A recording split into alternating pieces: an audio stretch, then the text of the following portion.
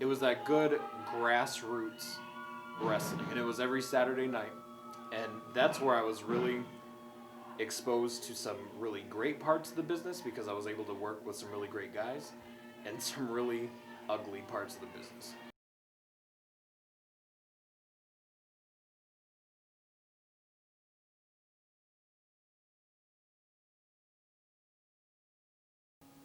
It was the best escape that a kid could have for a kid that didn't have things going so good, maybe. And Piper was kind of that guy when the TV got turned on first. He was there, and he was even a heel, but he brought out these bagpipes, and so I was just all over that, man. It's like, so I was the only kid in the neighborhood that liked him when he was a heel.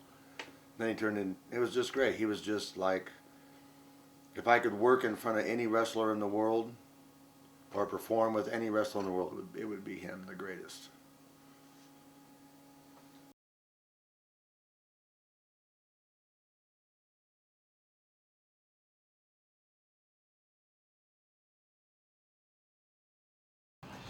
I'm hesitant to say it because I know it will never happen, but really honestly, the top 4 or 5 promotions need to get together, stop saturating the territory with half-ass crappy wrestling, take the top guys and run them on a single circuit in order to get people to realize that pro wrestling is still alive and is still good in this area. There's a lot of great talent here, but there's a lot of crappy guys that'll take $5.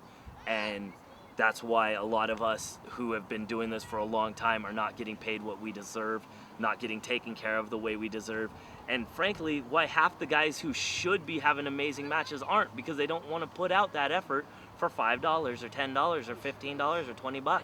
You know, when I left Portland, I was making $400 a show. You know, now it doesn't matter what I'm offered now. It's like, you know, and I get taken care of pretty decently because guys know me and guys respect what I can do. So I try to give them 100% no matter what. But I know there are a lot of guys that would bump a lot more if they were getting taken care of right.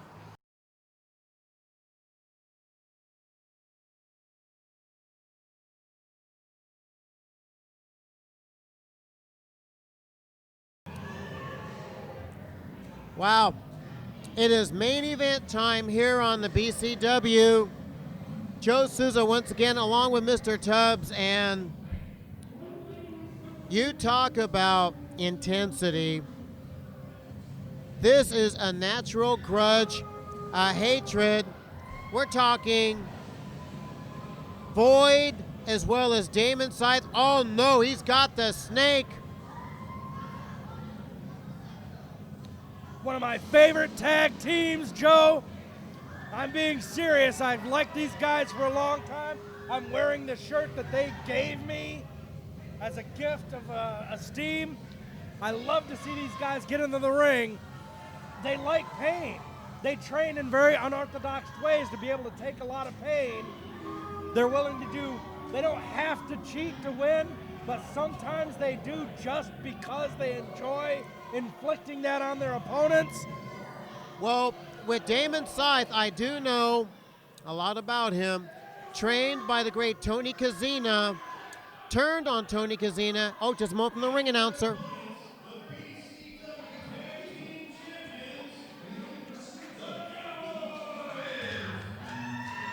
Well, back to what I was saying about Damon's training. Getting into the tutelage of one Dr. Luther several years ago, turned on Tony Kazina, and in turn, Damon Scythe turned on Dr. Luther. So, very evil man, and he's got Void with him. And meanwhile, we've got the tag team champions, Tex Thompson and Lonestar. Now, we don't know if this is going to be a title match or not. Do you know if it's a title match? I have not heard yet. My information doesn't tell me. Now here's a piece of trivia for you about the Cowboys. We know they've been around for a long time, had a lot of titles, a lot of tag team titles just between the two of them, let alone with other opponents. But did you know that between them, they have about 16 joint replacements? They're more titanium than they are skin right now. Well, as Mick Foley and the great Terry Funk would say, just downright hardcore. Yeah, they certainly have the experience advantage here. These guys have been around a long time. They're double tough. We saw Tex busted wide open a few weeks back.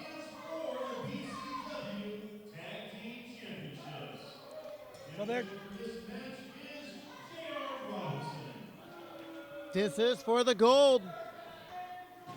Now, I've been lobbying for the Hounds of Hell to have a title match for a long time. When they lost the titles, it seemed like week after week, it seemed like they were going to get a rematch, and then something happened and it was taken away.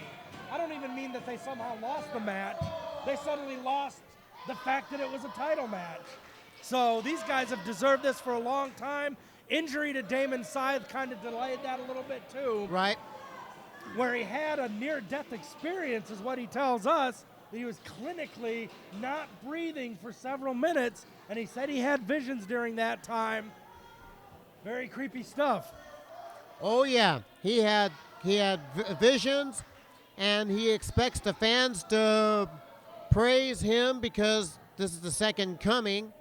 And in recent weeks, we saw him come out in a coffin, and that was eerie. I'll tell you that much. That was straight up eerie. But nonetheless, it's all about main event time. It's championship time here on BCW. And once again, we thank you for letting us come into your living room. Check us out 6 times a week on Comcast Channel 21 and 11. Also Verizon 22 and 32. And to get the lineup of the times of the shows, go to facebook.com/Blue Collar. And for more information, go to Blue Collar Wrestling at msn.com. For the phone number, if you want to leave a question, it's area code 971-217-8BCW. That's 8229. And being that said, Mr. Tubbs, you can just cut the intensity with a knife here. Well, Emperor Void there, coming out of the first lockup and going for a schoolboy pin. He had to know that he wasn't going to get it. Just trying to show Tex that this might not be the match they're expecting. Well, instead, he just slapped Tex Thompson's face, and that might not be the thing to do. Yeah, you don't want to get the old guy riled up, that's for sure. What I find amazing here is that as far as outlook and as far as their look and their, decorations and stuff, you can't get two teams that are more different. But then when you break it down to wrestling skill, the size of the men, what they can do, these two teams are almost even. Size, weight, technical skill, brawling skill. I mean, the only thing different is probably the experience on the edge of the Cowboys. Arm drag slam by Thompson. So what you're saying is even though they're all four are very different, in a sense, they're the same. As far as the actual in-ring wrestling, that is correct. It's going to be, I'm fascinated to find out just who's going to win this and how it's going to go down, because all these guys, they know each other. They've been in there before. Oh, me too. You're preaching to the choir. Step over toe hold by Thompson, putting the pressure on Scythe. And there's that experience. He's right in the middle of the ring. Damon can't anyway stretch far enough to tag his partner. Now a quick tag, first one of the match. Well, second one, I'm sorry. Oh, knee right to the knee on knee. Lonestar has Scythe. Punch right to the head. Another punch going to work as the tag team champion. Oh, what a clothesline. Very nicely done. And, Scythe in Weird Street, 2 count only. He kicked out at 2, just sheer instinct. What a punch.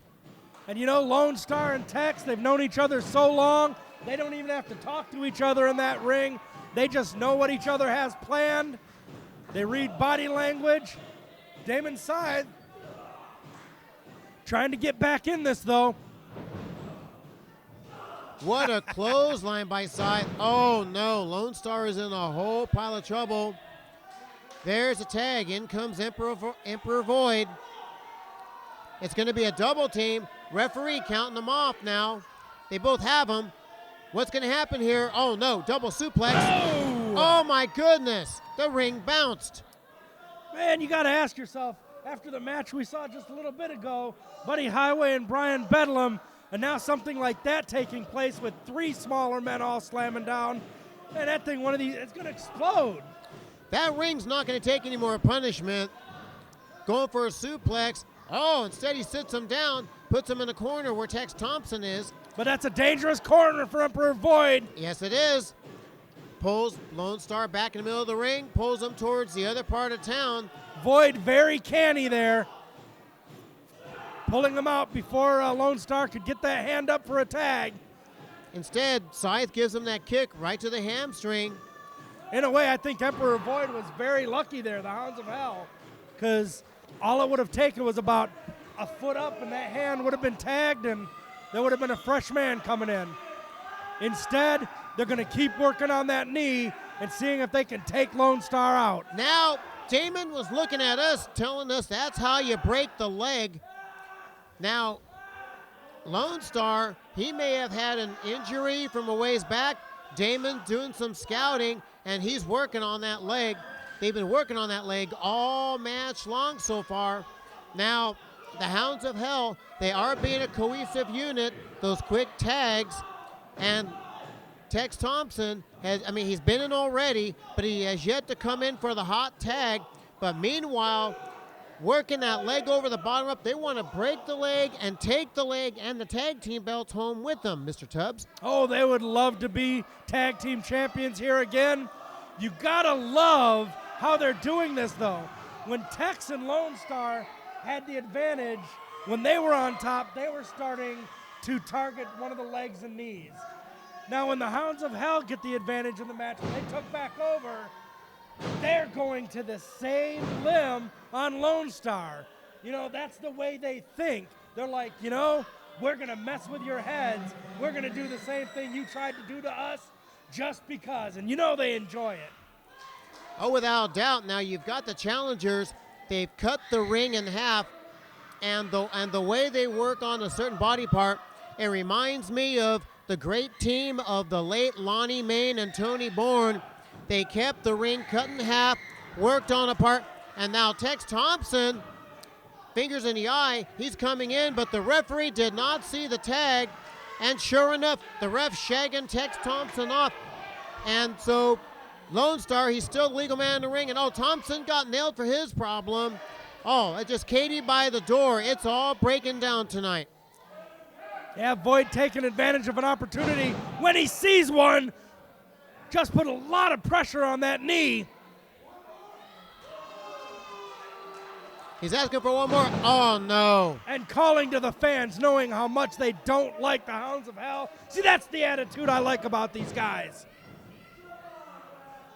Well, I'll give the Hounds of Hell credit. They are a very talented, very tough team, and they've controlled this match. They've controlled quite a bit of it. The tag team champions have yet to really get things going here. And has Lonestar, throws him into the ropes, ducks under with a clothesline, ducks under again, and Now you notice with Lonestar there, the work that they've been doing on that knee is definitely affecting him. He could not get up to the kind of speed he normally does when he starts to run. That's exactly the point. Takes away one of their big weapons in a wrestling ring. Well, he went for the upper clothesline, but he didn't have enough to jump because of the bad leg. Throws him to the ropes. Oh, my God. Double savate kick by the Hounds of Hell. This can do it. 1, 2. And there comes that cheater Tex. You just knew he was going to have to do something. Cheater. He made the save. He didn't cheat. He came and made the save. And now it's Texas Tornado. All 4 men in the ring going at it. Referee having a difficult time trying to restore some order. The question I have to ask is with Lonestar and all the damage and pain that's happening to that knee, is he going to have the stability and power for a super kick? I don't know. We'll have to find out. But meanwhile, he has a good account of himself. Head first to the table goes Damon Scythe. And meanwhile, Void going to work on Tex Thompson. JR laying in a count. Into the post goes Lonestar's head. They're not even paying attention to the ref anymore. No, they're not. They're just going at. They're just literally. Oh! They're just literally beating the hell out of each other. Now what's going to They happen won! here? The Hounds of Hell got into the ring at the last second. Oh, wait a minute. We need an official decision. Damon, he's got the belts. Wait, the referee's shaking his head. No. What? Has he lost his mind? I believe it was a double count out as they climb back in at the count of 10. It was a double. I'm going to say it was a double count. Now, meanwhile, the tag team champions are back in the ring. Oh, double kick. Both Hounds of Hell is down, bailing out for lower ground. This is despicable. They got in the ring. Although I have to admit, by BCW rules, I don't think they would have won the titles that way either way, but still it's taking away a moral victory, and that would have guaranteed another title opportunity at some point. The Hounds of Hell once again getting kicked in the head by bad officiating. My goodness. What a night, Mr. Tubbs. Tremendous action here on BCW. That's Blue Collar Wrestling. And I'll tell you what, man, I'm out of gas. Whoa! Water being thrown in the ring. The Hounds of Hell, they're disgusted. They're upset. I would assume that they will be getting a title shot, another title shot in the near future.